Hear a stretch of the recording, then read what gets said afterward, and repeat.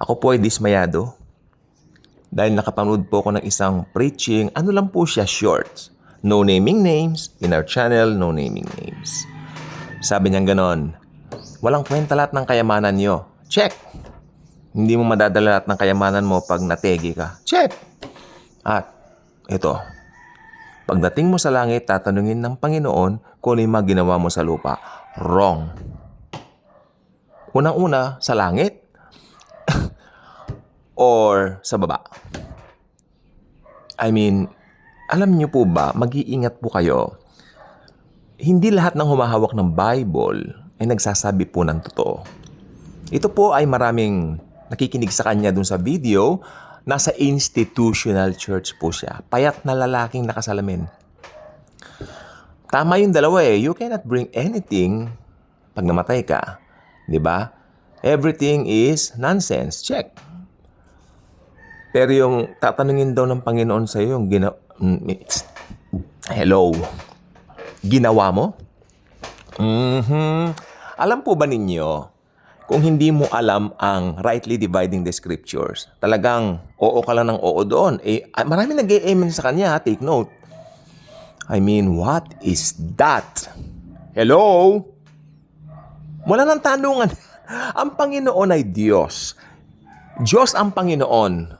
Si Jesus ay Diyos. Amen? Pag namatay ang isang tao na hindi tumanggap sa Kanya, mag-e-end yan sa Hades. Wala nang tanungan yan. At pag tumanggap naman sa Kanya, welcome to the paradise of my beloved Son, the Lord Jesus Christ. Sasabihin ng Father, welcome to the paradise of my Son, Jesus. Welcome to our kingdom. I mean, saan mo nakuha yung itatanong? Tapos may sinabi pang, ipapakita rin ng Panginoon parang may video. Kalokohan po yan. Wala yan. Actually, nung maliit po ako, ganyan po eh. Naniniwala po ako dyan sapagkat ako'y nakakuha rin po ng track during that time. Track yung pinamimigay, no? May isang, nandun pa yung mga picture ha, parang comics. May video daw doon. Napapakita yung mga mali mo. No. Ito po yung covenant ngayon natin na hindi na po tumitingin ang Panginoon sa mga nagawa natin. Amen? Kung tinanggap mo si Jesus, welcome sa langit. Pag nireject mo si Jesus, wala nang pagpapakita ng kung ano-ano sa'yo, impyerno ka agad. Wala nang ano-ano yan. Wala na yung parang, hello, ayan ang ginawa ng mga pelikula sa atin eh. Masyado tayong binulag sa mga maling turo na ganyan. Hindi pa nga po ako nagdi-devotion. I'm about to have my devotion. Pero talagang, I really need to share this with you.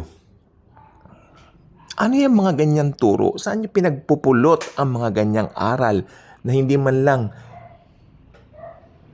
ina-allow or should I say hindi inaagrihan ng Bible, ng salita ng Panginoong Hesukristo? Saan yung pinagpupulot yan? Mga aral na ganyan. Nakakahiya kay Jesus. Nakakahiya. Again, sabi ni Jesus, makinig pong mabuti, I am the way, the truth, and the life. No one cometh to the Father but by me.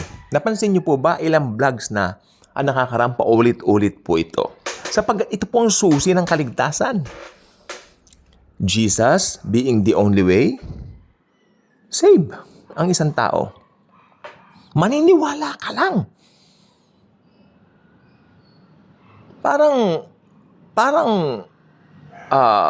Anong tawag dito? Parang dadaan ka pa sa mga sa mga jury, mga ganyan. No? Ayun ang pinapalabas ng mga ito eh. Tapos bago ka raw pumunta ng langit, may mga tanong pa sa'yo. Kalokohan po yan. Hindi po totoo yan.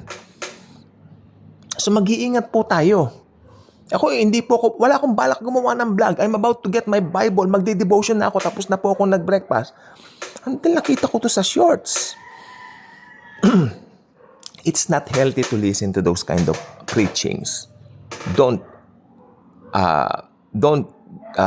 give even a single bit of your time listening to those. A waste of time. Purely waste of time. Maghanap kayo ng mga grace preachings. Tulad po nito, syempre, ito ay talagang katotohanan na nagpapahayag ng ebanghelyo ng Panginoong Jesus. Siya lang ang kaligtasan, wala nang iba. Kaya mag-subscribe ka na rito. Feel secure ka rito dahil dito katotohanan lang marinig mo. Thank you.